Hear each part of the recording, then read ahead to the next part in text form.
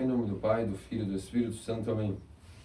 Queridos amados cristãos ortodoxos, enfim chegamos ao primeiro domingo da Quaresma. Após passar por essa semana de grande luta e ascese espiritual, temos descansado nos braços da Santíssima Theotokos Sempre Virgem Maria, na leitura do seu Acatisto, sexta-feira à noite, tendo comemorado o Sábado dos Mortos e o Milagre de São Teodoro ontem também como consolo. Hoje chegamos então a essa Páscoa antes da Páscoa, o domingo do triunfo da ortodoxia. Nossos santos padres estabeleceram essa festa como vitória contra todo tipo de heresia, contra todo tipo de, ou em outras palavras, significa heresia, contra todo tipo de mentira e falsidade contra Deus. Mas isso nós veremos já já. Primeiramente nós temos que entender que mesmo muito antes do iconoclasmo, muito antes do século VIII, onde foi estabelecida essa festa pela imperatriz Teodora, seu filho Miguel, de maneira jubilosa, solene, os ícones em procissão terem voltado àquilo que era os seus lugares na igreja, como nós lemos nos tropários das vésperas de ontem e nas matinas de hoje. A igreja foi simplesmente desnudada de suas vestes quando os ícones foram removidos e, portanto, de maneira triunfal, os ícones entraram em seus locais devidamente colocados para que todos beijassem, venerassem obrigatoriamente. Assim foi determinado até para sempre e todo sempre. Mas antes mesmo desse contexto histórico do Sétimo Concílio Ecumênico e a vitória sobre todas as heresias, nós temos que entender que nossos santos padres, antes mesmo disso, quando foram por inspiração do Espírito Santo estabelecer qual seria cada evangelho para cada domingo e tema da Quaresma, isso ocorreu muito antes do Sétimo Concílio. Então, antes de nós entendermos o que é a ortodoxia, através do concílio, do Sétimo Concílio e o triunfo sobre todas as heresias, nós temos que entender que a igreja não precisou chegar ao Sétimo Concílio para já ter lá no começo, na era apostólica, determinado que nesse domingo, o primeiro domingo da Quaresma, o tema principal é entender o que significa de fato ser um cristão ortodoxo. O que é ser um cristão ortodoxo? A igreja quis, nesse primeiro domingo do grande asceticismo, nos deixar claros, bem definidos, o que é ser um cristão ortodoxo. É claro que coincididamente, pela graça do Espírito Santo, coincidiu que quando a imperatriz Teodora pôde triunfar sobre os ícones, isso coincidiu também com o primeiro domingo da Quaresma, mostrando até que providencialmente isso veio retificar o que os padres já haviam sido inspirados lá nos primeiros séculos sobre o que significa ser um cristão ortodoxo. E para que nós, peneirados pelo jejum e pelo asceticismo, possamos mergulhar nesta jornada quaresmal, então a Santa Igreja preparou toda uma série de temas para nós irmos crescendo de degrau em degrau, de graça em graça, em estatura em graça, até chegar à noite da Páscoa. Então, o evangelho escolhido para que possamos entender o que é ser um cristão ortodoxo foi justamente o evangelho onde Filipe convida Natanael para conhecer aquele que ele já havia conhecido, Cristo, o Messias. E o que aconteceu foi que Cristo, primeiramente, andando pela Galileia, já havia chamado primeiro os primeiros chamados, como André, seu irmão Pedro, e também Filipe, que eram na mesma cidade de Betsaida da Galileia. E chegando um certo momento, Filipe também disse a Natanael que havia encontrado o Messias. Natanael, sendo um grande estudante da Escritura, também sendo um daqueles que estavam expectando a vida do Messias, que não estavam concordantes com as heresias da época dos fariseus, dos saduceus, dos zelotas, dos escribas, e estava realmente entre aquele seleto grupo que estava de fato aguardando e ciente, sensível na expectação da vinda do Messias, assim como quando o menino Jesus foi apresentado no templo, Simeão estava ciente do contexto, assim como Ana, a profetisa, que estavam sensíveis que o Messias estava vindo. Naquele contexto, onde havia um entendimento muito contrário àquilo que era a revelação de Deus ao homem original, onde saduceus, escribas, fariseus, zelotas e várias outras seitas haviam esquecido, ou melhor, inventado coisas que não existiam sobre quem era Deus. Ou seja, não eram mais ortodoxos. inventaram e adicionaram tantas coisas sobre o que seria Deus, que de fato um seleto grupo estava agoniado, defendendo o que era Deus para eles mesmos e pedindo e orando secretamente a Deus que por sua divina misericórdia não os abandonasse, mas que viesse de uma vez e se manifestasse de fato a Israel. Então, naquele contexto, algum momento anterior, desse de Filipe contrapor Natanael, Natanael estava orando debaixo de uma figueira. E exatamente meditando sobre essas coisas, meditando sobre quantas mentiras agora dizem sobre quem é Deus, sobre o que era o povo de Israel, sobre qual era o papel de Israel no mundo, meditando sobre essas coisas, pedindo que o Messias pudesse vir e se manifestar, sentindo a sua aproximação através de sua oração, ele escuta uma voz que diz: acalma-te, já tu me verás, estou indo para me manifestar a Israel.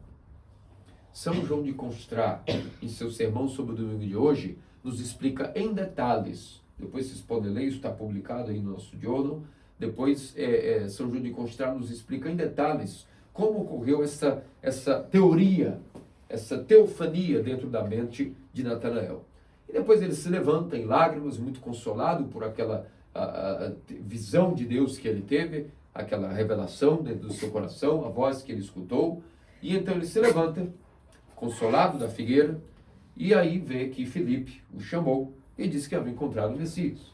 Ele, muito bem estudado sobre as Escrituras, pergunta logo, mas aonde está? Quem é ele? Ele diz: é Jesus, é o Nazareno. E ele, sabendo pelas Escrituras que o Messias jamais poderia nascer em Nazaré, mas tinha que nascer em Belém, ele interpretou ao primeiro momento que de Filipe estava dizendo que Jesus era nazareno de nascimento.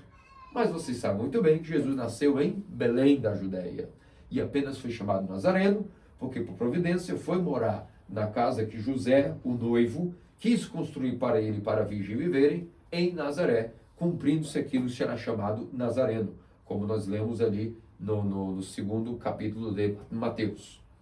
Então Jesus era natural de Belém, mas era um habitante de Nazaré.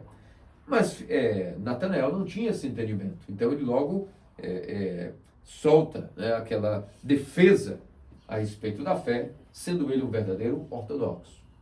E diz o seguinte: pode coisa sair boa de Nazaré? Como quem diz, pode acaso o Messias vir e se manifestar, sendo que as Escrituras dizem que ele só nascerá em Belém? Como é que você vai me dizer que encontrou o Messias e que o Messias é Jesus de Nazaré? E Filipe, sabendo muito bem do que já havia encontrado, não foi debater com ele, nem uma teologia nem doutrina, só disse: vem e vê. Porque sabia que, obviamente, tinha convicção do que havia encontrado. E naquele interim, quando Natanael vem se dirigindo ao nosso Senhor Jesus Cristo, antes que ele estivesse já na sua presença, assim que os olhos de Jesus Cristo fitam, Jesus já diz: eis aí um verdadeiro israelita, em quem não há dolo. E naquele momento, Natanael diz: ei, de onde você me conhece? E Cristo diz para ele as emocionantes palavras que se eternizaram dentro do seu coração e para ele o mudaram para sempre. Quando tu estavas debaixo da figueira, eu te vi. Obviamente, somente ele sabia dessa revelação, não havia ninguém com ele, e na voz de Cristo, ele escutou a voz que havia escutado na sua consciência e reconheceu que o Deus que havia falado com ele em oração estava ali diante dele. Então, ajoelhado em lágrimas e piedosamente, proclama: Rabi, tu és de fato o Messias, o Filho do Deus vivo, o Rei de Israel. E aí nós vemos, portanto, o chamado de Natanael e essa linda explicação. E assim foi ocorrendo com cada um dos discípulos. Nenhum foi emocionalmente envolvido por Nosso Senhor apenas por uma emoção. Que se deparou com o Senhor e Nosso Senhor gritou: ei, vem, lá com sua família, sua esposa, tudo vinha comigo. Todos eles tiveram essa expectação primeiro, se mantiveram na verdadeira doutrina, foram separados da instituição judaica caída da época, da falsa religião, da heresia, e mantendo a fé ortodoxa dentro deles, puderam reconhecer o Messias fora deles. A partir deste evangelho é que nós vamos entender o que significa um verdadeiro cristão ortodoxo. Hoje, um verdadeiro israelita, nós devemos entender o que é um verdadeiro israelita.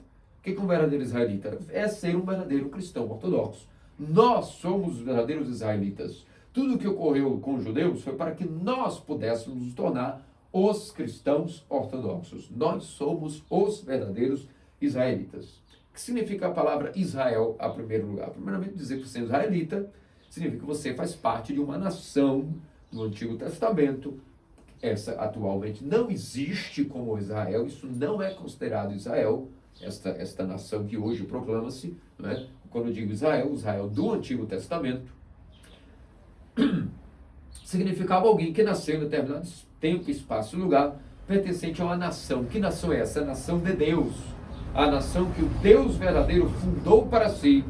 A nação que ele deixou os seus estatutos, os seus mandamentos, a sua lei, e que o mais importante de tudo, foi para essa nação que sem invenção, sem imaginação humana, sem atividade do intelecto, sem participação da razão, o próprio Deus revelou quem ele é, como ele é e o que ele não é ao povo de Israel, tanto quanto podiam aguentar. E depois o próprio Filho do Homem encarnou, se tornou homem e Deus a uma vez, e veio encerrar, terminar, finalizar toda a revelação que foi iniciada ao povo de Israel. Significa, portanto, esse é o primeiro significado que é ser um israelita. Alguém que faz parte da nação de Deus, nação esta a quem Deus se revelou diretamente, sem participação da imaginação humana, sem que o homem tivesse qualquer tipo de conjecturas, de imaginação, de ideias ou opiniões próprias e pessoais de quem é ou não é Deus. E depois, ser um israelita, Israel significa aquele que vê a Deus, aquele que contempla a Deus face a face.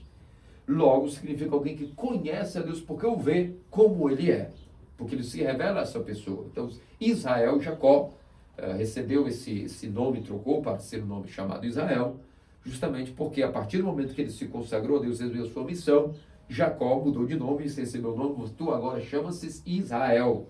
Ou seja, agora você viu quem eu sou, me conhece, me contempla, e todos os teus descendentes, todas as tribos, o clã de Judá, Davi, Salomão, todos, até que chegue o meu Novo Testamento, onde os meus israelitas, chamados cristãos ortodoxos, também me conhecerão, e eu conhecerei a eles, chamarei eles pelo nome, e eles escutarão a minha voz e virão até mim. E haverá um só pastor, um só rebanho, que é a Igreja Una, Santa, Católica, Apostólica, em uma só palavra, a Igreja Ortodoxa, o seu corpo, onde nela, na Igreja Ortodoxa, é que é esta nação, onde nela nós sabemos quem é Deus. Fora da Igreja Ortodoxa não se sabe quem é precisamente Deus. Por mais que fora da Igreja Ortodoxa algumas denominações proclamam que conhecem a Deus, infelizmente não é assim que funciona. Na prática, elas não conhecem a Deus. Só se conhece a Deus na ortodoxia. Porque por mais que eles conhecem algumas coisinhas de Deus, não fazem a mínima ideia de que ele é, porque é uma confusão de ideias. Você conhecer uma pessoa de fato, você tem que saber o que ela é e o que ela não é. Todas as suas qualidades, todas as suas propriedades. Se você tem alguma opinião que você imaginou, alguém te disse que ela não é, você de fato então não conhece essa pessoa. Você está conhecendo alguém pela opinião de outros, então você está diante de um ídolo. Ainda que seja uma suposta proximidade de doutrina, como os protestantes ou os católicos, tudo que eles adoram, todas as suas práticas litúrgicas, toda a sua adoração é uma adoração idólatra a um ídolo, e não a Deus verdadeiro, a Deus de Abraão, Isaac e Jacó. Eis o perigo da heresia. E é por isso que, independente do triunfo da ortodoxia, que vem coroar esse domingo pela providência do sétimo concílio, nós temos que entender que antes mesmo a igreja já nos ensinou que quem tem ideia sobre o que é Deus, quem tem imaginação sobre o que Deus é ou sobre o que Deus não é, infelizmente não está prestando um culto de latreia devido a somente a divindade criadora do universo, mas está diante de uma idolatria. E eis o perigo da heresia. A heresia é uma mentira ou uma falsidade que foi contada sobre o que Deus é ou sobre o que Deus não é, se faz uma bagunça, e é por isso que a idolatria não é só como quando Moisés subiu ao Monte Sinai e Arão e os outros fizeram um bezerro de ouro e o adoraram. Idolatria é que ainda que se ache-se adorando o Deus verdadeiro da ortodoxia, se você tem opinião diferente da ortodoxia sobre o Deus dela, então você está, na verdade, todas as suas práticas litúrgicas, suas orações, são idolatria. Você está diante de um ídolo. Ídolo é isso. É uma imagem a respeito de algo que não é Deus verdadeiro. Então, este é o perigo da heresia, que é a separação total de Deus. Se eu me relaciono com uma pessoa e não entendi quem ela é, o meu relacionamento com ela existe? De maneira alguma. Vocês noivos, suponhamos que você não abriu o seu coração todo para ela, ela todo para você, vocês só vão se conhecer mesmo quando casarem, terminarem de consumar o casamento, passar o sofrimento e dor. Mas se um e o outro nunca mostra a verdadeira face, nunca se deixa ser quem é, esse relacionamento de fato é efetivado, é verdadeiro? Não é, é uma coisa artificial. É apenas um padrão de convivência e, na verdade, não é um relacionamento real. Existe uma separação total de mente, ainda que haja uma união de corpos. A mesma coisa é o fiel e o seu Deus. Somente na ortodoxia ele conhece o que Deus é e sabe o que Deus não é. Então ele pode ter um relacionamento correto com Deus e passa a ter, portanto, uma espiritualidade com esse Deus. Quando nós estamos simplesmente diante de um Deus que nós afirmamos ser coisas que ele não é, e também não sabemos coisas que ele não é, dizemos que é, e fica essa lambança, essa miscelânea, nós não temos então um relacionamento efetivo com essa divindade, nem a conhecemos de fato. Esse é o perigo da heresia, e por isso que nós temos que entender que é na ortodoxia que está o Israel, a nação que Deus revelou quem ele é, o que ele é, o que ele não é para esta nação. E depois o próprio Cristo veio, completou essa revelação ele mesmo e deixou aos seus apóstolos, seus bispos ortodoxos. E pelo milagre do Espírito Santo, não importa o que o mundo faça para perseguir a verdadeira igreja, destruí-la, tentar atrapalhá-la, sabotá-la, sempre haverá um israelita vivo em algum local, mantendo a fé, a adoração e a prática de relação com Deus vivo. O seu coração arderá, ele será luz para as nações, e os que quiserem, serem desejosos, também vão chegar e escutarão dele a mesma coisa. Eis que eu descobri onde está o Messias. Eu sei quem é Deus e sei o que Deus não é. Vem e vê.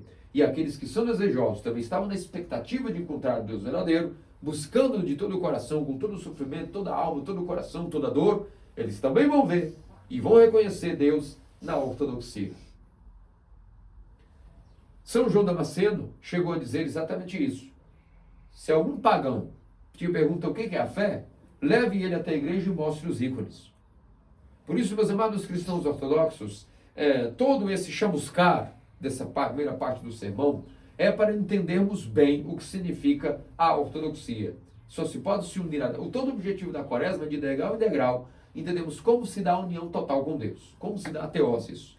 E a primeira coisa é nós estarmos na ortodoxia, porque é só nela que nós podemos conhecer a Deus, entender quem Ele é e o que Ele não é, e iniciarmos o relacionamento com Ele.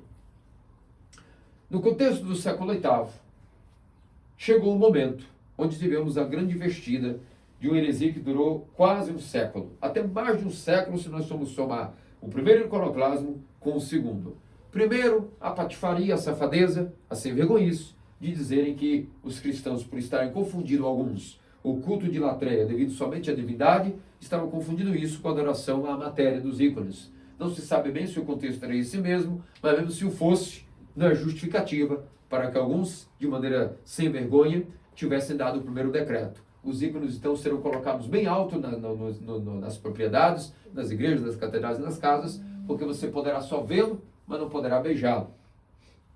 Assim começou devagarinho aquilo que foi a remoção depois total de todos os ícones da igreja, e como diz nossos santos padres, nós cantamos ontem nas vésperas, a igreja foi despida de suas vestes.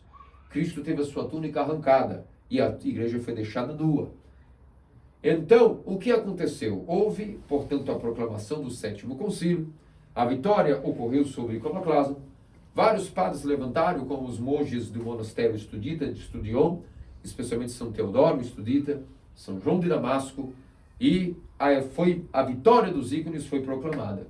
Mas, infelizmente, o império, com seus sabotadores, teve a segunda investida do iconoclasmo, devagarinho também foram voltando e retrocedendo, tudo bem, agora aceitamos os ícones, eles podem voltar, mas não se pode beijá-lo e venerá-lo. Eles entram, voltam, mas de uma maneira elevada. Isso era o semi-iconoclasmo. Novamente houve discussão, os padres não negociaram com esse tipo de convicção, depois de todo o contexto que vocês escutaram hoje na proclamação do Synaxarion. Quem quiser ler, pode ler aí, está publicado no Giorno. Todos os detalhes teológicos profundos do que significam os ícones. Eu não vou repetir esse ano, está tudo aí publicado, o contexto do Sétimo Concílio histórico, o que é iconoclasmo, a defesa dos ícones. Para hoje no sermão não vou me aprofundar nisso, vamos apenas entender o seguinte, meus amados cristãos ortodoxos. Não apenas a vitória sobre os ícones foi dada no Sétimo Concílio. Todas as ambiguidades da interpretação da fé que poderiam haver no Sétimo Concílio foram derrotadas de uma vez por todas. E é por isso que no Sétimo Concílio, depois, com a Imperatriz Teodora e seu filho Miguel, proclamou-se o triunfo da ortodoxia, porque a vitória dos ícones representa a vitória também sobre toda a heresia. A partir daí, dos ícones para adiante, toda heresia que surgia após o Sétimo Concílio, o número da perfeição 7, são outros tipos de variações secundárias renomeadas com outras nomenclaturas de heresias que já foram revisadas, desde Ário, Sabélio, Nestório, Eutíquio, todas, até que chegou o ápice do ataque aos ícones. E a reunião de todas elas está no contexto que nós hoje vivemos, que mais importante de tudo é entender o contexto do século XXI, onde todas as heresias se juntaram e atacam novamente a igreja como se fosse um terceiro iconoclasmo, agora sobre a face do ecumenismo e suas variações tíbias, como o arianismo, o semirianismo, o iconoclasmo, o semi-iconoclasmo, o ecumenismo e suas variações camufladas e travestidas de piedade, como o ciprianismo, o que nós abrimos parênteses e chamamos o criptoecumenismo, que é a segunda variação, o segundo vestido do ecumenismo para aqueles que supostamente se denominaram resistência, que é uma eclesiologia errônea e inédita dentro da igreja. Não se resiste à heresia. A rejeição da heresia não se dá apenas resistindo a ela, mas condenando-a. Para isso existe o anátema. Quem crê que se pode estar no meio da heresia, apenas não participando dela por resistir e proclamar que não concorda, é um herege. Pois os anátemas dizem: qualquer participação em oração e ideias com o herege faz de você também um herege, não importando o que você diga diferente dele. Tu és com quem tu estás em comunhão. O bispo que você comemora é a sua fé, é a sua relação com Deus, é o seu sinal de israelita ou não. Se você comemora um bispo que é herege, você mesmo jogou fora a sua certidão de nascimento, sua identidade israelita. Você agora está portando em uma outra nação. Porque um bispo que é herege, ele não faz parte da nação de Israel. Ele agora foi tirado, esse ramo foi cortado e ele está separado de Israel. Então não adianta você dizer que é, por exemplo, católico romano e que você não concorda com nada que o seu papa, o seu bispo, o seu patriarca diz, porque você crê exatamente apenas os que os apóstolos pregaram, mas você vai vivendo como dá. Na verdade, você não é o israelita. A sua identidade não é a de Israel, porque você está vinculado, então, com os sacramentos dos hereges, comemorando o bispo herege, a sua conexão com o corpo, com esse ramo, é com o ramo que já foi cortado, você está oxidado. Você é tudo, menos um cristão ortodoxo, aquele que vê e conhece a Deus. Porque se conhecesses, talvez, se não fosse por malignidade, você estaria aqui conosco. Porque alguns mesmo conhecendo, escolhem, por questão mesmo de maldade e malícia, estarem fora da igreja. Só que, antes de eu prosseguir no iconoclasmo, nós temos que entender que o distintivo para ser um verdadeiro israelita não parou na questão de saber quem é Deus. Saber quem é Deus automaticamente nos levou ao que nosso Senhor diz: eis um verdadeiro israelita em quem não há dolo. Então, a minha fé, a minha proclamação de culto, de adoração a quem eu conheço, ela é a minha expressão do amor ao meu Deus. Primeiro mandamento: amar a Deus acima de todas as coisas. Então eu vou buscar até o fim, com toda a minha alma, com todo o entendimento, com todo o meu coração e meu ser, entender quem é Deus. Se isso foi verdadeiro, e eu de fato sou um israelita e vejo a Deus face a face, tal como Ele é, qual é a consequência dentro de mim? Automaticamente o segundo mandamento tem que ser cumprido, que é justamente o amor ao próximo como a si mesmo. Eis aí um verdadeiro israelita, ou seja, alguém que vê a Deus, em quem não há dolo. Para ser um verdadeiro israelita e cristão ortodoxo, não adianta apenas conhecer o Deus verdadeiro e não viver de acordo com aquilo que lhe foi revelado. A revelação da ortodoxia, a revelação de Israel, é a revelação do amor. E ser alguém em quem não há dolo, significa que uma pessoa, por mais que ela tenha os seus pecados, ela evita a todo custo, todo tipo de malícia para com o seu próximo. Sem esse tipo de complemento, não se torna tampouco um verdadeiro cristão ortodoxo. É necessário conhecer a Deus, saber o que Ele é e distinguir o que Ele não é, e não ter dolo, ou seja, não ter malícia, não cultivar a malícia para com o próximo dentro de si. Procurar ser alguém que em todas as ocasiões, ao menos por mais que vacile, por mais que tenha suas quedas, não alimentar, não cultivar a sua malícia para com o seu próximo, a sua culpa, o seu rancor, o seu ódio, a sua falta de perdão, mas constantemente lutar e, quando não tem forças, pedir a Deus essa força para remover do seu coração toda a malícia para com o seu próximo. Sem esse complemento, tampouco adianta se proclamar um verdadeiro cristão ortodoxo, um verdadeiro israelita.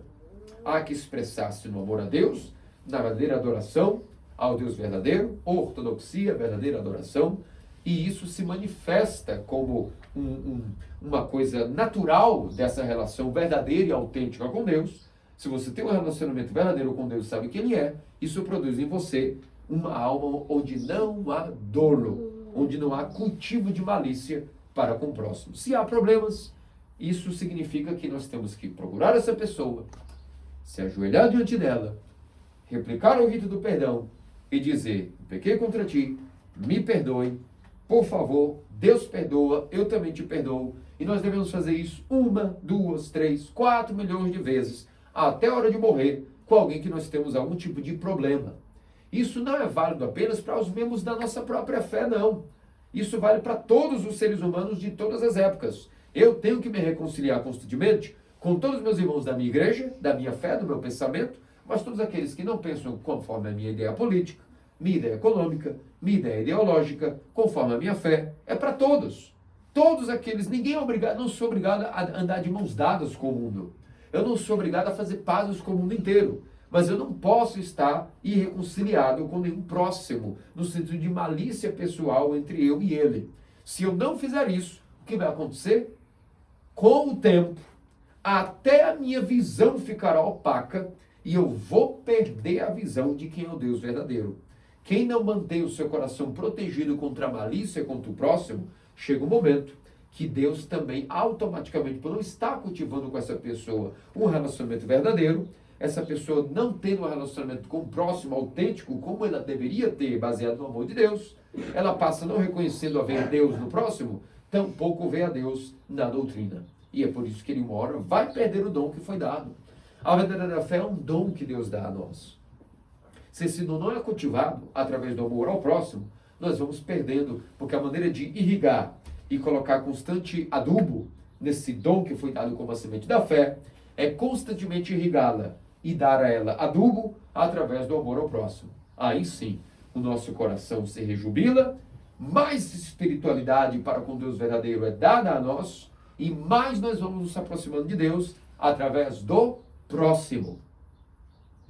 Porque a doutrina verdadeira foi dada por Deus e revelada a alguém que seja um cristão ortodoxo na igreja, para a igreja e através da igreja. A verdadeira doutrina não foi dada para pessoas que não estão fora da igreja. Isso é impossível. Deus se revelou a Israel e não a todos os pagãos por isso, porque ele era o protótipo e o modelo do que viria a ser o seu corpo, através do mistério da encarnação, o seu corpo místico, que sendo divindade é incircunscrito e ilimitado, mas após encarnar, tomou o corpo de homem. Todo corpo é limitado, todo corpo é circunscrito. E o corpo de Cristo, sendo um corpo teantrópico, ou seja, de Deus e homem a uma vez, agora tem limites. Se tem limites, nós podemos estar fora ou dentro desse corpo. Como é que nós nos mantemos dentro desse corpo? constantemente mantendo e cultivando o amor ao próximo, constantemente eliminando a malícia de nosso coração, e então Deus, vendo nosso esforço, continuará iluminando nossos sentidos espirituais para não cair em apostasia e ser enganado pelos demônios com as mentiras e falsidades que constantemente os demônios contam em nossa mente. Quem foi o primeiro cristão ortodoxo de todos os tempos? O arcanjo Miguel. Aquela guerra cósmica que ocorreu e ainda ocorre até hoje no céu foi quando Satanás proclamou a primeira mentira, que Deus não deveria ser adorado. Não da maneira que ele exigia.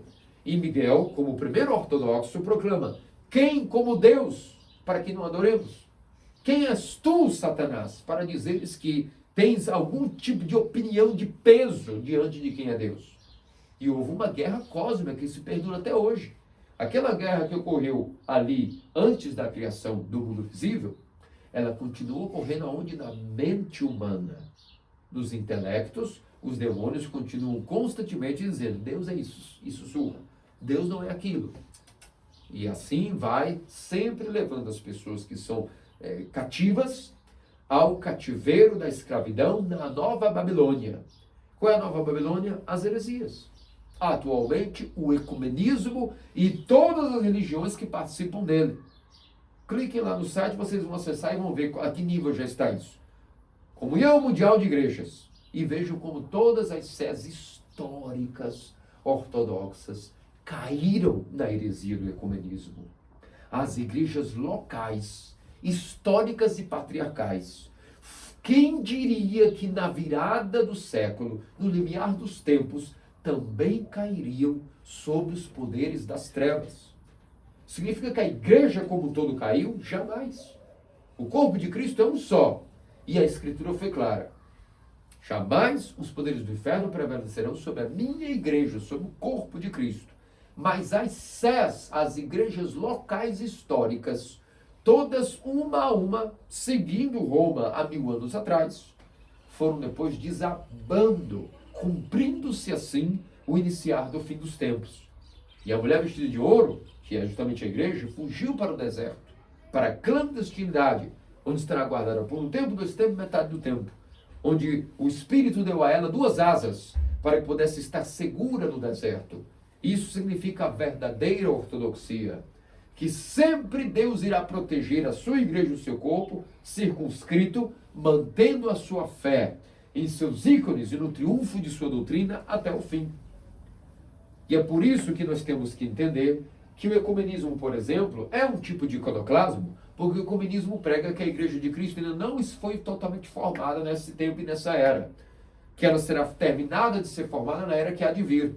Então significa que nós estamos dizendo que todo esse corpo, esse limite do nosso Deus, os seus pés, a sua cabeça, que na verdade isso é apenas uma ilusão. Que a encarnação, então, ela é distópica. Ela é talvez um entendimento que nós não temos.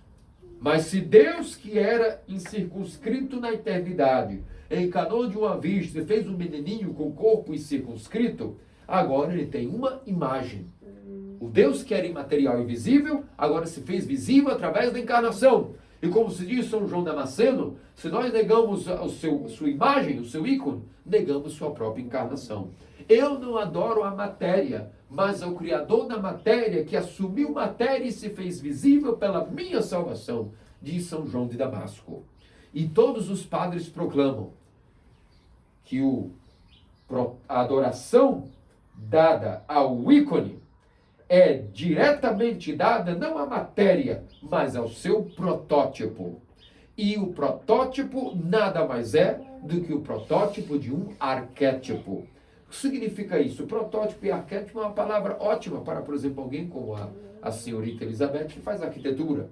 Nós vamos fazer, por exemplo, o modelo de um automóvel, vamos projetar o próximo, vamos chamar assim, o próximo automóvel da marca Ioana para 2026. Já começaremos agora já o projeto. Agora, nos meados de junho, já lança-se o protótipo do que vai entrar no mercado em 2026. E ela foi lá, fez o design. Aquilo ali, aquele design é o carro em si já? Não é. Mas é um arquétipo, ou seja, toda a ideia do que virá a ser o carro. Esse arquétipo, nós podemos fazer uma análise ao que é o Deus Trindade. a segunda pessoa da Trindade, o Verbo de Deus. Mas ele tem um protótipo, que foi o ícone modelo zero. Qual o ícone modelo zero? A própria pessoa de nosso Senhor Jesus Cristo, que se fez homem. É o modelo original de Adão, agora na pessoa de Cristo. O que Adão perdeu com a graça, Deus, por natureza, assumiu e curou. Como já dizia Atanásio, o que Deus não assumiu, ele não pôde curar. Se Deus não é verdadeiramente Deus e homem, então ele não pode ter curado o homem e elevado o homem a ser verdadeiramente Deus. Então, na figura de Cristo que encarnou, nós temos o modelo zero, o protótipo. Isso é a imagem e semelhança de Deus e a perfeição de um homem. Aquilo que era para Adão foi, na verdade, concluído em Cristo, sendo primícias dos que vivem e dos que morreram. Porque assim como foi o primogênito dos mortos, significa isso. É o modelo original do homem-Deus. Mas qual é o objetivo da encarnação? Que temos apenas uma pessoa divina? Deus e homem e a pessoa de Cristo? Não. Que outros protótipos, modelo 01, 02, 03, infinitos santos de Deus sejam feitos. Então, quando nós vemos o ícone da Virgem e o ícone dos santos, que nós aqui estamos todos embelezados e vestidos com a glória dos ícones, vamos só fazer uma adendo de uma pessoa, se tivéssemos nascido na época do iconoclasmo? Que terrível, que tristeza! Manter os ícones todos secretos dentro de um baú, senão poderíamos ser presos, mortos, torturados. Mas mulheres maravilhosas, viúvas e santos de Deus, que nem clérigos eram, monges perseguidos, foram colocados os seus ícones secretamente guardados. Vários milagres ocorreram. E a grande imperatriz Teodora, se não mulher, foi a responsável até pelo triunfo desta fé. Então, vamos dar graças a Deus que no nosso contexto nós temos a liberdade de termos nossos ícones. Quem proibirá de termos nossos ícones, amá-los, beijá-los, venerá-los, carregarmos em nossos bolsos, em nossas sacolas, em nossos carros, em nossas casas? Vejam como nós temos que ser gratos, às vezes, a coisas que nós não acostumamos, como se fosse algo normal, o ícone. Ora, o ícone é a janela para o céu. É o tesouro da igreja. É o tesouro das famílias. Nosso fiel Senhor Jamil mesmo nos conta que o avô dele, quando escapou correndo do dia para a noite da União Soviética, o que pôde levar foi um tapetinho enrolado, não pegou castiçais de prata, não pegou quadros de família, nem fotografias. O que ele levou e foi para o navio, rumo a qualquer lugar que poderia seguir, para a Alemanha, ou para São Paulo, Buenos Aires, onde fosse. Seu Jamil disse que até hoje tem lá guardado como herança. Foi os 2 ícones do casamento que ele rapidamente correu, foi o que ele pegou e enrolou no tapete e levou embora. Vejam a fé dessas pessoas e como eram gratos a Deus pela fé que tinham. Talvez nós convertidos, que temos tudo aqui mastigado, nos acostumamos como se fossem ícones, objetos de arte sacra. Mas, na verdade, muito mais do que arte sacra, muito mais do que além disso, o ícone é o protótipo do arquétipo. E temos que ver que a adoração a Deus tem camadas e níveis de veneração. A veneração ao Deus verdadeiro é única, chama-se latreia. Mas ela tem suas camadas e níveis de adoração. Nós não adoramos a matéria, mas adoramos a imagem do seu Criador através da matéria. Isso significa que o triunfo da ortodoxia nos ensina que até mesmo o ecumenismo é, na verdade, um novo tipo de terceiro iconoclasmo. E isso foi profetizado pelos padres, porque negam que o corpo de Cristo já está formado, circunscrito e com seus limites. E caso nós não tenhamos a mesma fé da igreja, então nós temos um problema, nós somos um tumor. E o tumor, ele rapidamente é repelido, porque o corpo de Cristo é uma esposa sem mácula, sem mancha, sem pecado, sadia, porque é o corpo de Cristo, a sua noiva. Logo, qualquer problema que tenha, ele é eliminado imediatamente, é um ramo que é cortado. Então, se nós não temos a verdadeira doutrina, e nesta doutrina mantemos o verdadeiro amor, chegará um momento que nós estaremos fora desse corpo, fora do ícone de Cristo. Portanto, a relação entre o iconoclasmo e a vitória sobre todas as heresias e a nova investida no nosso século do ecumenismo é algo que a nossa geração, vocês não percebem ainda, mas devagarinho vocês vão entender conforme passam os anos. A nossa missão como cristão ortodoxo no século XXI é histórica. O meu papel e o papel de vocês não é derrotar todas as heresias de todos os tempos no ecumenismo e colocá-lo abaixo. Isso não é o nosso papel. Sabe qual é o nosso papel histórico? É simplesmente ser uma ponte entre a geração do passado, que manteve a verdadeira fé, e um pequeno resquício e sopro de vida, para que a próxima geração sobreviva e também receba a fé dos santos padres, a fé que estabeleceu o universo, a fé que os padres, que os apóstolos morreram e pregaram, a fé que os padres ensinaram e a fé que todos os ortodoxos vivem em todas as gerações e assim será até o fim.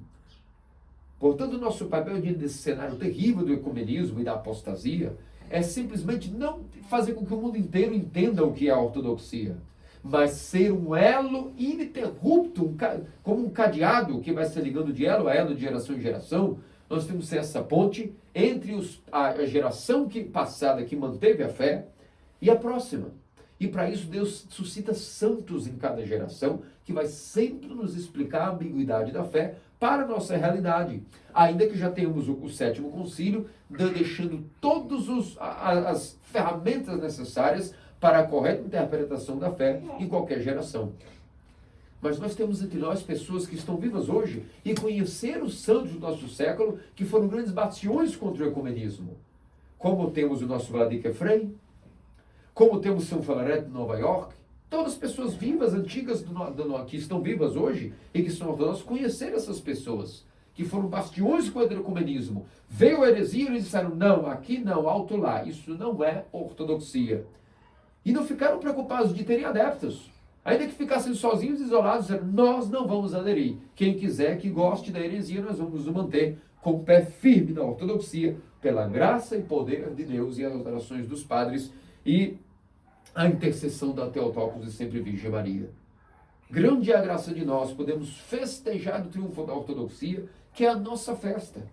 É por isso que hoje, no final da liturgia, temos o chamado rito da ortodoxia, o Sinonicon, onde cada pessoa, historicamente, traz de suas casas os seus ícones, passa a liturgia segurando os seus ícones, traz os principais ícones de sua casa, que ele mais ama, que ele mais tem veneração, passa a liturgia as criancinhas, os adultos segurando esses ícones, comungam e depois vamos fazer o rito da ortodoxia, que é um simulacro do que foi o rito com a Imperatriz Teodora, Patriarca Metódio e seu filho Miguel. É um simulacro. Repetimos a procissão com os ícones, chegamos e proclamamos os anátemas a todas as heresias de todos os tempos, como foram proclamados naquele dia, naquele domingo, que coincidentemente era o primeiro domingo da quaresma daquele ano específico. Proclamou-se a vitória sobre toda heresia.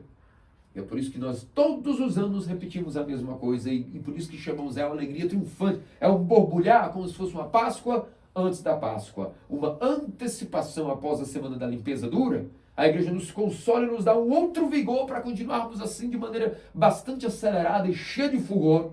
O segundo domingo, depois chegamos na veneração da cruz, outro fulgor ao venerar a cruz do madeiro plantada no meio da quaresma. Novamente o fôlego se renova.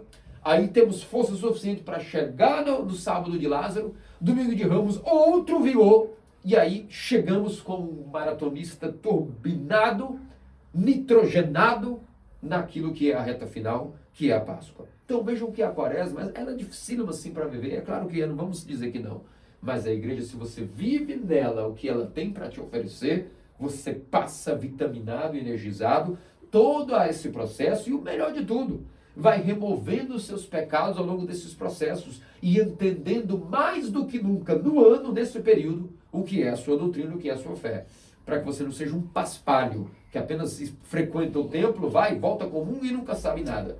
Como nessa geração estamos cheios, vocês sabem bem. As pessoas vêm, são batizadas, são ensinadas, mas como são paspalhos, nunca entenderam nada do que nós estamos falando aqui. Então chega um momento que, como não se apropriaram disso dentro dos seus corações, não levaram isso para dentro do seu DNA, não podem nunca ver a ortodoxia triunfar aonde? Não em Niceia, não na capela, mas nos nossos corações. Esse é o objetivo desse domingo da quaresma, que todos vocês entendam, que a veneração ao protótipo não se dá à matéria, mas sim aquilo que é o modelo é venerado. E essa adoração é dirigida diretamente ao protótipo. Porque o protótipo é inseparável de sua imagem. Porque essa imagem é uma imagem de alguém que é uma pessoa eterna. Se eu tenho uma fotografia de alguém que é mortal, ela não tem nenhuma validade espiritual. Mas se essa pessoa participou das energias eternas incriadas, agora quando eu digo fulano de tal, Simeão, Serafim, Xênia, Elizabeth, Luzia, Raíssa, parecem santos. Já não são nomes comuns. São pessoas que eram mortais, mas foram divinizadas na teoses. Então agora são outros Cristos. Cristo veio morar neles, eles participam da energia divina incriada de uma tal maneira que eles são agora imagem e semelhança de quem? Do arquétipo. Logo, há algum pecado em eu venerar e beijar a imagem destes, que nem que criaturas foram feitos deuses por participação? Claro que não. Eis o segredo de beijar todos os ícones de seres humanos que eram de carne e osso como nós, mas foram divinizados, de tal maneira que se tornaram imagem e semelhança total de Cristo. Bem, se são imagem e semelhança de Cristo, é como se fossem luzeiros, pelos quais destes emana a luz da Trindade. Logo, são como janelas do céu, janelas que brilham a luz do céu, inclusive nos bronzeiam. Se você tivesse os olhos espirituais rapidamente descamados, vocês veriam que onde há um ícone, a luz incriada brilha com o fulgor da divindade e da Trindade em todo o ambiente. Isso era visto por Papa Nicolas Planar, São João de Xangai, São João de Constrá. No nosso monastério, alguns milagres com os quais eu não tenho tempo para aqui contar, nem autorização para contar todos. Mas no nosso monastério não é à toa que eles chamam da transfiguração. Outro exemplo de ícone de Cristo, os sacramentos e todo o evangelho que lemos. Por exemplo, nas ordenações, quando alguém é ordenado diácono, ou bispo, ou sacerdote, o que vocês acham que está acontecendo ali? É um mistério do qual a luz incriada também brilha. Alguns veem. Mais do que tudo, quando vocês estão naquele... Eu não garanto o milésimo de segundo ou posterior. Mas quando vocês chegam e comungam naquele momento o fogo que arde e queima. Os santificantes imortais divinos mistérios. Naquele momento que nós botamos aquele fogo que arde, aquela sassa ardente, o que é que vocês se tornaram naquele minuto? Nada mais, nada menos do que deuses por participação, outros cristos. Depois, o que eu vou fazer com isso, esse presente que eu vou usar, que são os santos dons, os santos presentes que Deus vos deu, fosse o corpo, sangue e divindade. O que vocês vão fazer com esse presente depois, quando saírem daqui? É problema de vocês. E mais do que tudo, é o problema meu. O que é que eu vou fazer, meu Deus, com os dons que eu recebi, que são o teu corpo e o teu sangue? Mas naquele segundo específico, todos nós fomos feitos naquele minutinho, ícones de Cristo. Confessamos, comungamos, somos deuses. Agora, depois, infelizmente, como há a fraqueza do pecado, nós não vamos manter essa deificação e ainda nem sabemos como ativá-la como deveríamos. Mas os santos aprenderam e no tempo de vida conseguiram. E é por isso que alguns, você vê, leram na biografia deles, eram tão já puros, o espelho era tão polido, que quando comungavam, imediatamente se transfiguravam. Isso não é incomum. Às vezes todos não veem. Às vezes, por exemplo, pode ser que eu veja, mas eu não vou falar. Oh, que beleza, Elizabeth, você se transfigurou. Se alguém mais vê, que sirva de testemunho que guardemos. Mas isso não é incomum na igreja ortodoxa, que ao as pessoas comungarem os santos dons, de repente a face delas se ilumine, com a luz incriada, como um farol que está tendo a imagem e semelhança total do Criador. Assim são os outros seres humanos, os santos. A Mãe de Deus, sempre Virgem Maria, o mesmo princípio. Mas tudo isso só é possível porque a imagem e semelhança de um Deus que se fez homem. E se o Deus homem, a pessoa de Cristo, é eterna, mas assumiu um corpo humano, todo corpo humano tem a sua imagem que pode ser representada. Não é verdade? Toda imagem pode ser representada. Mas se essa imagem agora é de uma pessoa eterna, Deus imortal, essa imagem é indivisível de sua essência. Logo, o seu ícone, sua imagem, ela é santa e sacra. Se você rasga ela e queima, é um sacrilégio. Porque, obviamente, a imagem é a representação não de uma pessoa comum, mas de Deus encarnado. E os santos, participando desse mistério da encarnação e deificação, automaticamente carregam com si os dons de também serem ícones. Ou seja, em uma só palavra, uma imagem e semelhança de seu Criador. Esse é o objetivo da encarnação, nada de errado. Hoje nós olhamos isso e até dizemos, nossa, mas não sei o que os heréis se debateram tanto. querendo criticar, mas qual é o problema? Senão, hoje, conversando aqui dentro da nossa casa, da igreja ortodoxa, não tem nenhum problema, é a solução, na verdade, para o problema de Adão caído. Adão perdeu a semelhança, a imagem ficou caricaturada. Cristo veio corrigir novamente a imagem original, permitiu com sua encarnação que mistérios fossem dados ao sacerdócio. O sacerdócio dá a capacidade das pessoas caídas se tornarem outros Cristos. Logo, ícones de Cristo, e o ícone de Cristo é válido, porque é a imagem do protótipo inseparável de sua essência. Qual é o problema? Não é o curso natural da humanidade? Mas veja que pergunte isso para um protestante agora. Grave isso aqui, faz um short com nessa parte e dê um protestante. Ele vai olhar, não vai reconhecer, vai dizer que nós estamos loucos e errados. Essa, infelizmente, é a tristeza daquilo que é o poder da heresia. Oremos por todos eles e peçamos a Deus que o triunfo da ortodoxia possa sempre ocorrer nos nossos corações, desde que nós também sejamos fiéis e tendo recebido o dom da fé e da maravilha que é a igreja ordenada dos seus ícones, nunca abandonemos o segundo mandato. Um verdadeiro israelita em quem não há dolo. O que diz nosso Senhor e Salvador Jesus Cristo, faça-nos dignos pelas orações do seu príncipe, até o tal que São Virgem Maria e todos os santos. Amém. Amém.